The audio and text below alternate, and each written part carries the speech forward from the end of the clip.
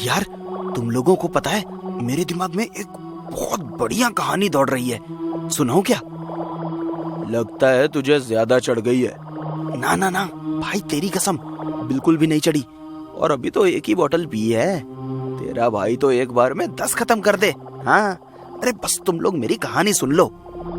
भाई तेरे हाथ जोड़ते हैं, तू कुछ मत बोल, तू बस चुप रह और अगली बोतल खोल। तेरे बिना सिर पैर की कहानी सुनकर दिमाग का गुड़ गोबर थोड़ी ना करना है। अरे कहानी तो हम सबके इस भाई मोहित भाई ने सोची है। जब भी बनेगी ना तो बाहुबली के भी रिकॉर्ड तोड़ देगी। ऐसे ही थोड़ी ना बन जाती है फिल्म। हीरो हीरोइन भी तो होने चाहिए, पैसा लगाने वाला प्रोड्यूसर भी तो चाहिए। मेरा नाम मोहित है साले, प्रोड्यूसर तो यूं पैदा कर लूंगा। और रही बात हीरो हीरोइन की, तो हीरो ले लेंगे किसी को भी, पर हीरोइन तो अपनी प्रिया ही होगी। ओह शिट, प्रिया से याद आया, उसने तो आज मुझे अपने घर बुलाया था। मैं तो चला, आगे का तुम बेवड़े लोग देख लो।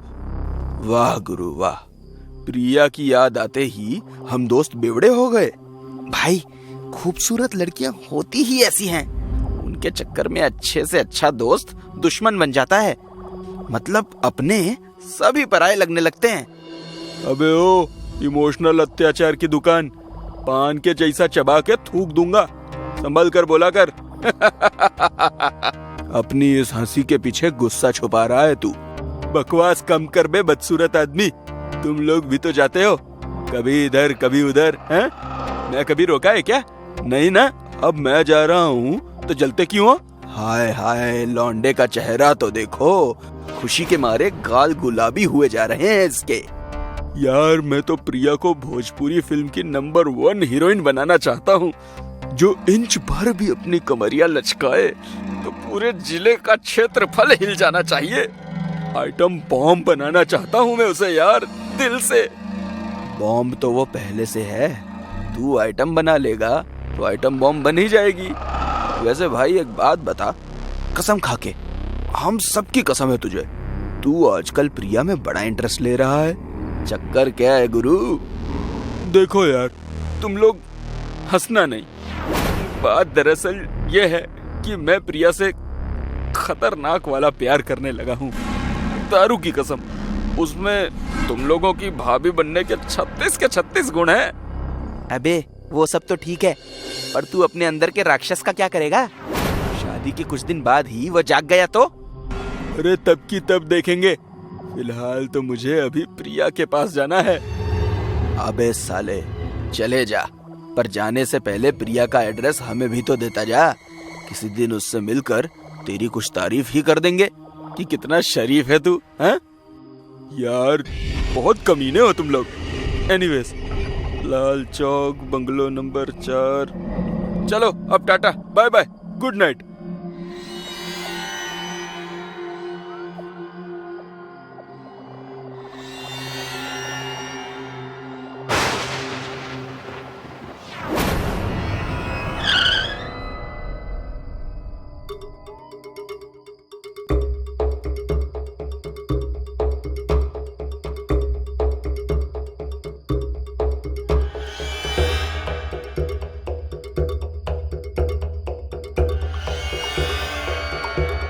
क्या बात है, तैयारी तो पूरी सुहागरात टाइप की है प्रिया ने। प्रिया, प्रिया, कहाँ हो तुम प्रिया?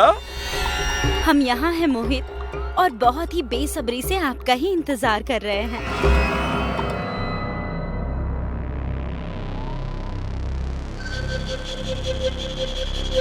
प्रिया, मैं तुम्हें बता नहीं सकता कि तुम्हारे इस वेलकम ने मुझे कितनी खुशी दी है। मैं उम्र भर ये वेलकम नहीं भूल पाऊंगा। भूलने लायक बचोगे तो भूलोगे।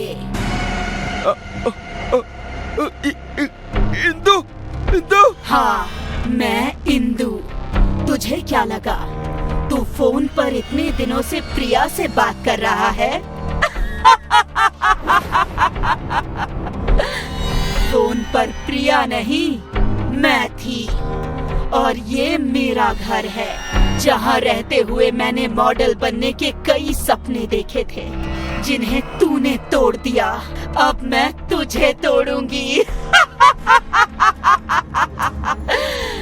मैं तोड़ूंगी तुझे।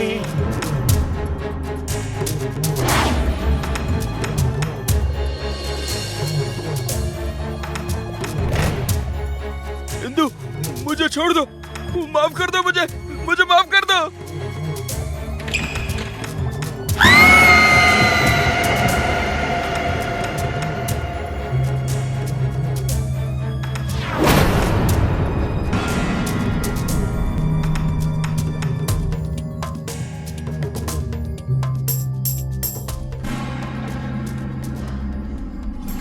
हाँ प्रिया। शुभम, मैं कल रात से मोहित को कॉल कर रही हूँ। उसे मैंने घर बुलाया था, कोई जरूरी बात करनी थी, लेकिन उसका फोन ही नहीं लग रहा। कहाँ है वो? ये कैसे हो सकता है? कल रात तो वो तुम्हारे ही घर गया था। अगर तुम्हारे पास नहीं पहुंचा तो वो गया कहाँ?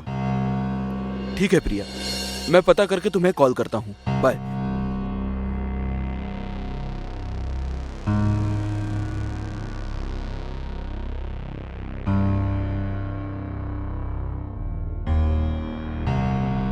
अबे तू, अच्छा हुआ जो तू यहाँ आ गया। मैं तुझे ही कॉल कर रहा था। अभी प्रिया का फोन आया था यार। वो कह रही थी कि रात को मोहित उसके घर नहीं पहुंचा और अब उसका फोन भी नॉट रीचेबल है। मैं मोहित के बारे में ही बताने आया हूँ तेरे पास। मोहित की लाश शहर से बाहर जंगल में मिली है। पागल हो गया है क्या? मैं ही मिला तुझे सुबह सुबह पपलू बनाने के लिए, हैं? सच कह रहा हूँ यार, मोहित मर चुका है। उसकी हत्या हुई है। हत्या? मेरी तो कुछ समझ में नहीं आ रहा है कि उसका ऐसा कौन सा दुश्मन निकल आया जिसने उसे इतनी बुरी तरह से मार दिया। हम प्रिया के पास चलते हैं, वो चाहे कुछ भी बोले, लेकिन मुझे लगता है हमारे सवालों के जवाब उसके घर में ही छुपे हैं।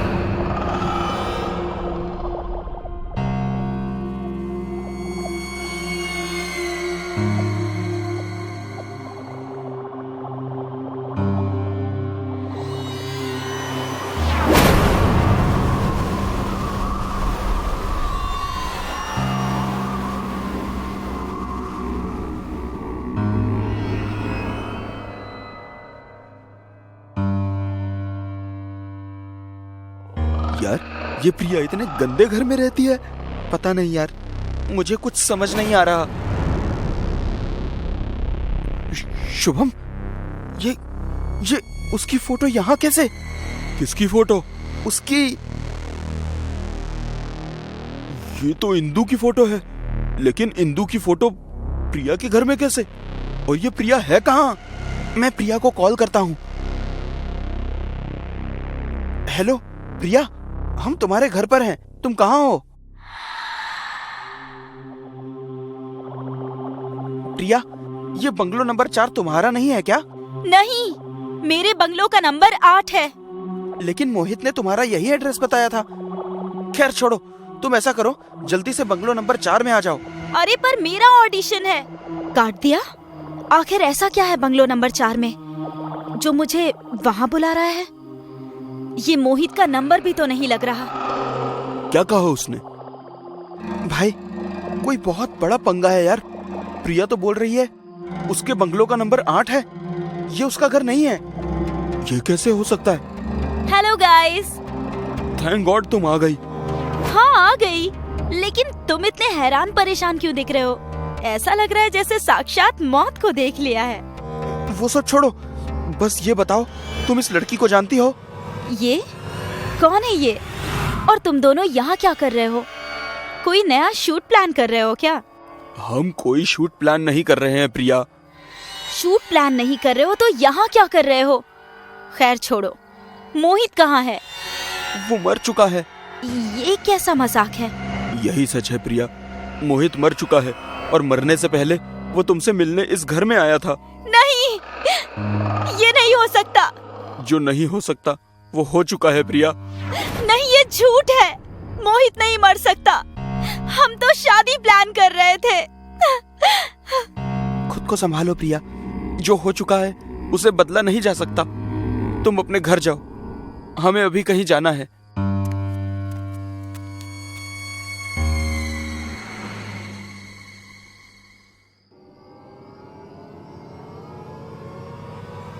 यार, ये तो वही जगह है जहाँ हमने मुझे मारकर दफनाया था। इंदु। हाँ, मैं 6 महीने पहले अपने गांव से हीरोइन बनने का सपना लेकर यहाँ आई थी, लेकिन तुम दरिंदों ने मेरे साथ धोखा किया और मेरे सपनों के साथ मेरी इज्जत लूटकर मुझे मार डाला। अब तुम्हारी बारी है। अगर किसी लड़की की इज्जत के साथ खेलोगे तो उसकी आत्मा तुम जैसे दरिंदों को कभी नहीं छोड़ेगी, जान से मार डालेगी।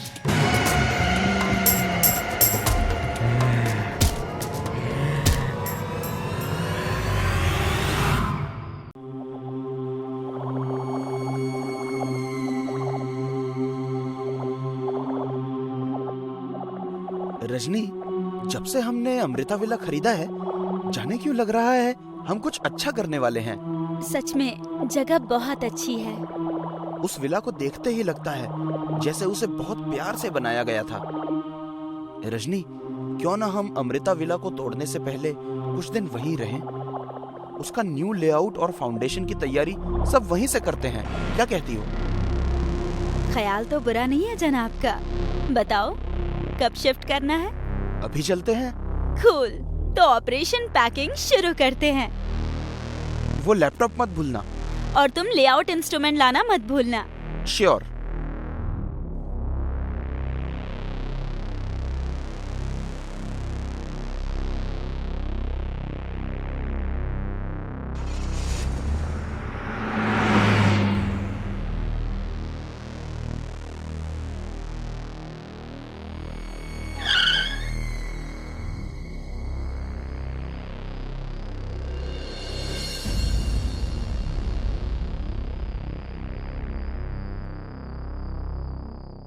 लगता है हमारी शिफ्टिंग से मौसम भी रोमांटिक हो गया है। हमारी वजह से नहीं, सिर्फ मेरी वजह से, क्योंकि तुम्हारे अंदर रोमांस का कीड़ा बहुत छोटा सा है और ये मौसम मेरी वजह से बदला है। मैं रोमांस की क्वीन जो हूँ। नो फाइट विद बीवी, तुम जीती।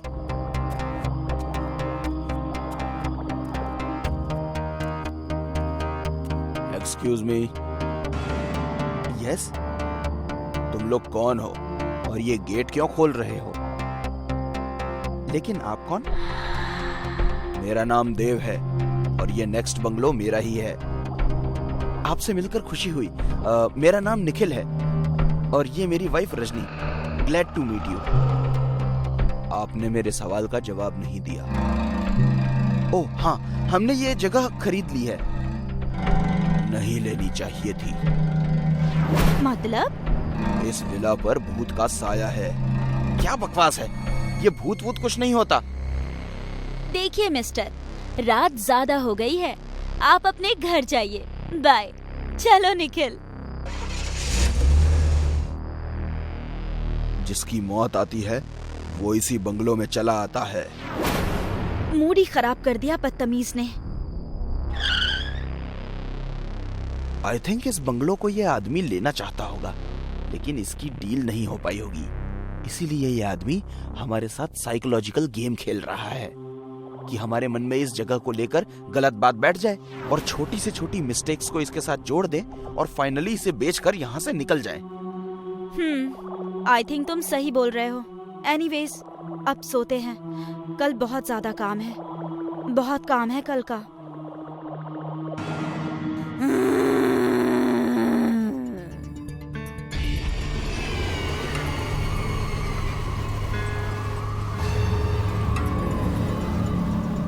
निखिल, निखिल, उठो। देखो क्या हो गया। उठो। क्या हो गया यार? आंखें खोलो और देखो। ये किसने किया? खिड़की दरवाजे सब खुले हैं। हमारा पूरा सामान बिखरा पड़ा है। निखिल, कहीं भूत ने तो ये सब नहीं किया? अब तुम भी शुरू हो गई। ऐसा कुछ नहीं है, लेकिन मुझे पता है ये सब किसने किया है। किसने? उसी ने जो इस प्रॉपर्टी को हथियाना चाहता है। चलो मेरे साथ। नहीं निखिल, अभी नहीं। इतनी रात में? इतनी रात में ही जाना सही होगा रजनी। अगर अभी हम चुप बैठ गए तो वो कल भी यही करेगा और करता रहेगा। चलो।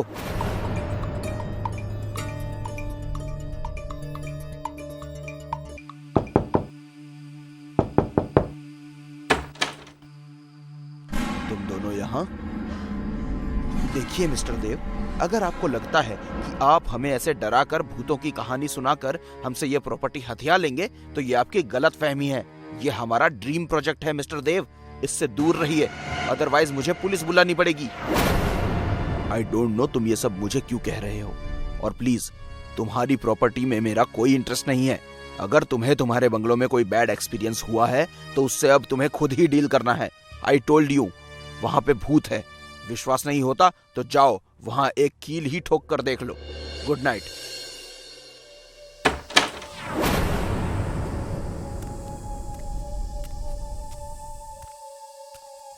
मेरी तो कुछ समझ में ही नहीं आ रहा। लेकिन मेरी समझ में आ रहा है। क्या करने वाले हो तुम? सच्चाई जाननी है मुझे।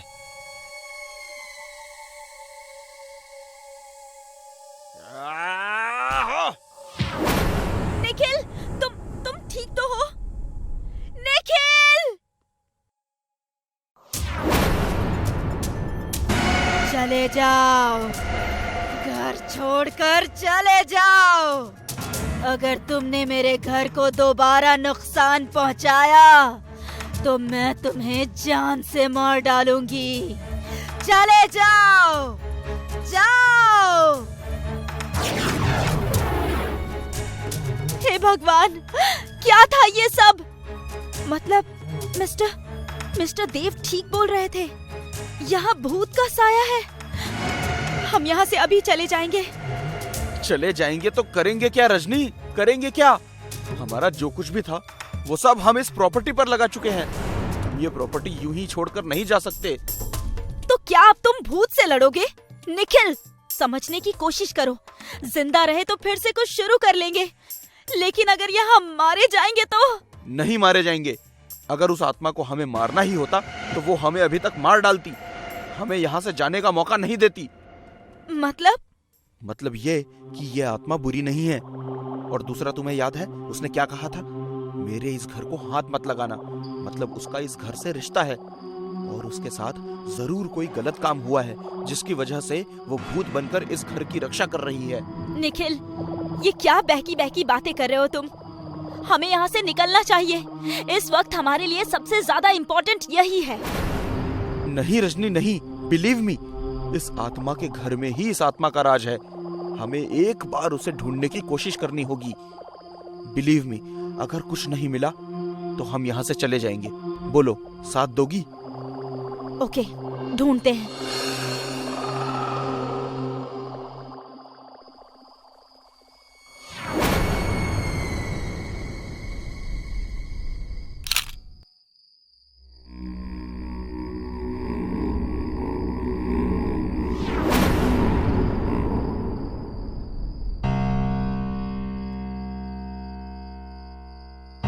क्या करें?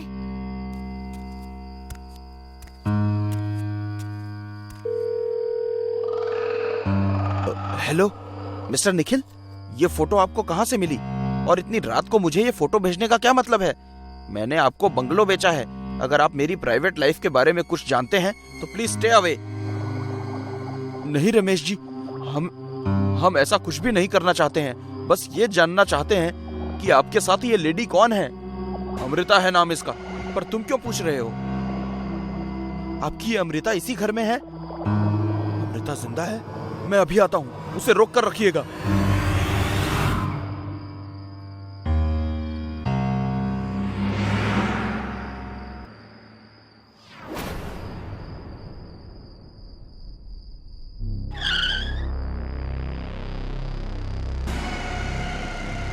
कहाँ है अमृता? कहाँ है?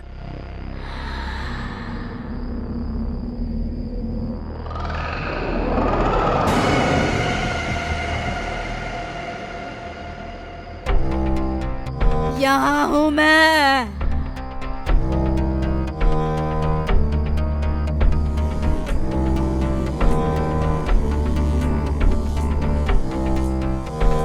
अमृता!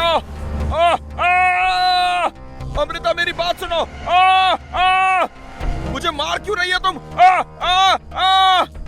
अमृता, तुम तो मेरे प्यार में पागल थी, प्रेम दीवानी थी, और अब ये सब। क्योंकि अब तक तुमने इस प्रेम दीवानी का प्यार देखा था, अब तुम अपने धोखे का गुस्सा भी देखोगे। धोखा?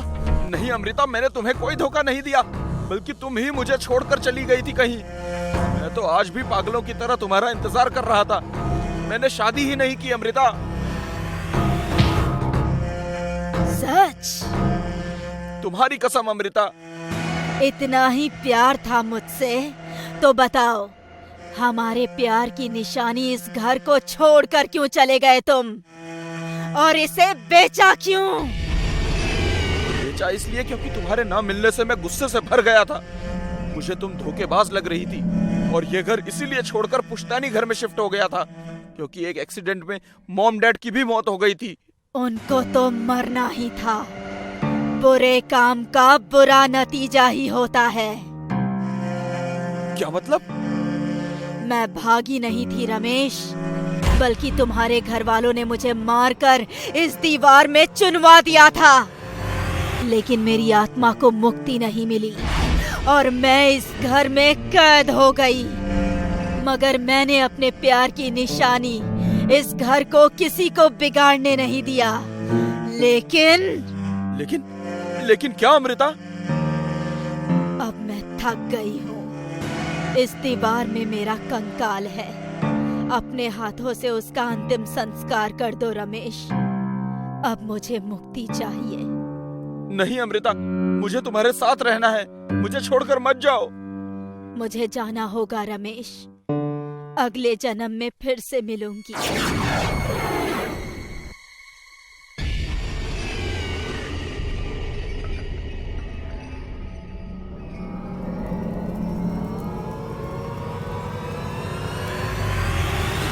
रमेश जी, आप चाहे तो ये घर वापस ले सकते हैं। हम अपना प्रोजेक्ट कहीं और शुरू कर लेंगे। थैंक्स, ये काम कल ही कर लेते हैं। खेड़गांव में एक बहुत ही गरीब परिवार रहता था। पूजा और राकेश पति पत्नी थे। उनकी एक बेटी थी जिसका नाम रोशनी था। पूजा और राकेश दोनों अनपढ़ थे। पूजा साफ सफाई का काम करती थी और राकेश एक मजदूर था। एक दिन रोशनी को तेज बुखार आया। राकेश और पूजा दोनों परेशान थे। देखिए ना, रोशनी को तेज बुखार आ गया है। मैं जहाँ काम कर रही थी वो कंपनी भी बंद हो गई है।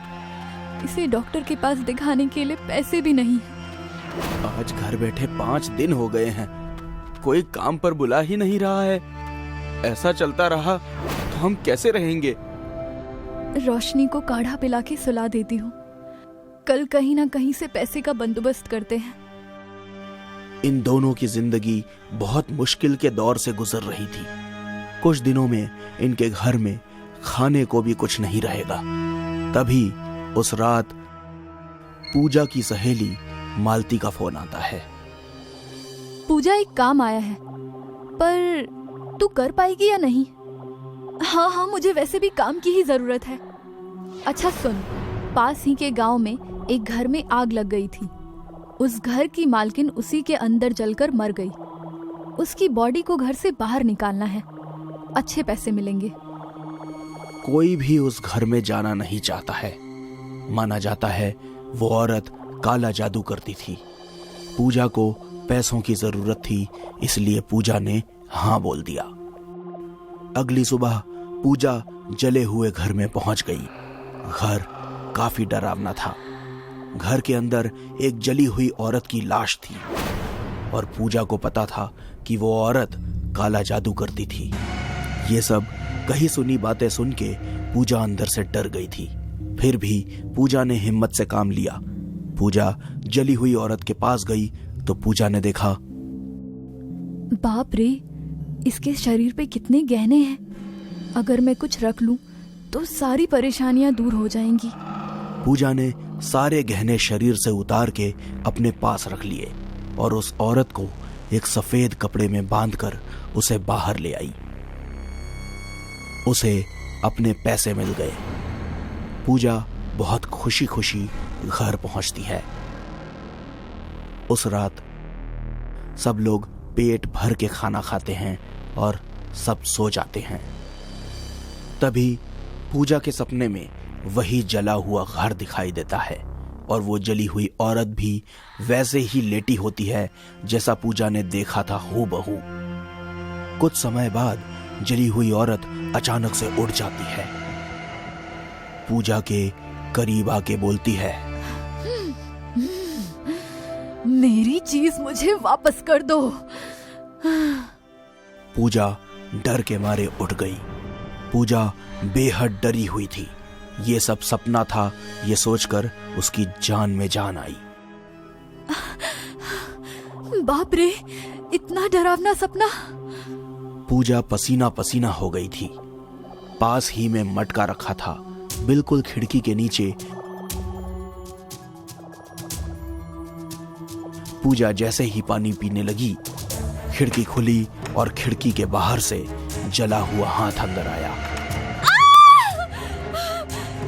चीख से राकेश भी उठ गया। क्या हुआ? तुम इतनी डरी हुई क्यों हो? वो खिड़की से जला हुआ हाथ अंदर आ रहा था। राकेश उठ के खिड़की के बाहर देखने लगा। कोई नहीं है बाहर। राकेश ने खिड़की बंद कर ली। पूजा ने राकेश को सारी बातें बताई, उस गहने के बारे में भी। कहीं वो सच में ना आई हो। ऐसा कुछ नहीं होता, बुरा सपना होगा, सो जाओ। राकेश ने पूजा को सहलाया और फिर वो सो गई। अगली सुबह पूजा ने अपनी सहेली मालती से बात की और पिछले दिन की सारी बातें बता दी। ऐसा कुछ नहीं होता पूजा, कल तूने पूरा दिन उसके घर में बिताया ना, हर तरफ खून ही खून था वहां, इसलिए तुझे ऐसा सपना आ रहा होगा। तू आराम कर। अगली रात भी पूजा को वही सपना वापस आया। इस बार वो जली हुई औरत पूजा के बिस्तर में आ गई और रोते रोते बोलने लगी,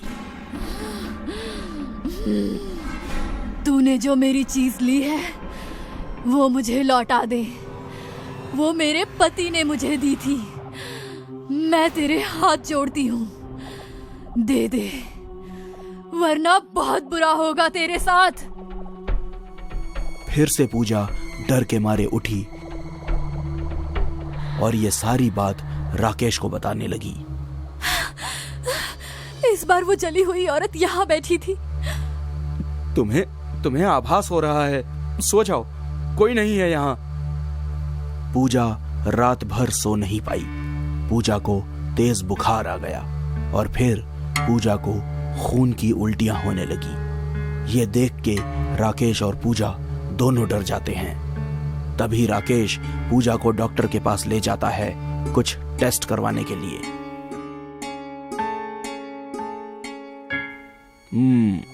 रिपोर्ट में तो सब कुछ नॉर्मल है। ये सुन के राकेश को कुछ समझ नहीं आ रहा था। पूजा भागते हुए मालती से मिलने उसके घर गई। पूजा ने मालती को सब बताया। तेरे बोलने का मतलब है जब से तूने उसका सोना लिया है तभी से वो जली हुई औरत ऐसा कर रही है। एक काम करते हैं, यहीं पास में एक बाबा है, पर अभी नहीं, वो 3-4 दिन के लिए बाहर गए हैं। बाबा जैसे ही आते हैं हम उनसे मिलकर इस समस्या के बारे में बताते हैं। तब तक तू अपना ख्याल रख।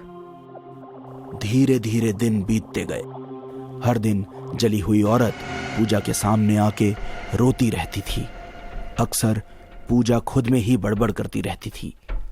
कभी अचानक से चिल्लाने लगती तो कभी हंसने लगती। ऐसा लग रहा था जैसे पूजा पागल हो रही थी। रोशनी को मालती का कॉल आया। हेलो रोशनी। आंटी, मुझे मेरी माँ से डर लगने लगा है। मेरी माँ को बचा लो। एक काम कर, तू यहाँ आ जा, हम बाबा के पास चलते हैं। बाबा सब ठीक कर देंगे। मालती और रोशनी बाबा के पास जाती हैं। सब सच सच बाबा को बता देती हैं। मेरी माँ को बचा लीजिए। तुम लोगों को जरा भी अंदाजा नहीं है कि तुम लोगों ने कितनी बड़ी मुसीबत मोल ले ली है अपने गले में। मदद कीजिए बाबा, ये ताबीज लो और पूजा के गले में बांध देना, और जहां से सोना लिया था वहीं छोड़ के आओ। पर बाबा, सोना तो उसकी लाश से लिया था, वो लाश तो जल चुकी है। मेरा मतलब उसी घर में सोना रख के आओ। और सुनो, जब सोना रखोगे तो पीछे पलट के मत देखना। मालती और रोशनी को बाबा की बात समझ आ गई। रोशनी अलमारी खोल के सोना ले लेती है। मालती और रोशनी उस जले हुए घर में जाते हैं और बिल्कुल बाबा ने जैसे बोला था वैसे रोशनी सोना फेंक देती है।